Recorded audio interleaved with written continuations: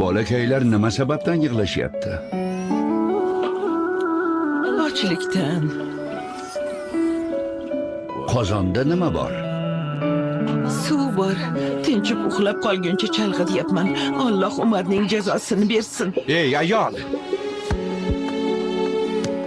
Baraka topkur. Umar ahvolingizni qayerdan bilsin? Bizga bosh bo'lib bizdan bexabar. Muammoingiz hal bo'ladi. Biror narsa olib kelgunimcha shu yerda bo'linglar.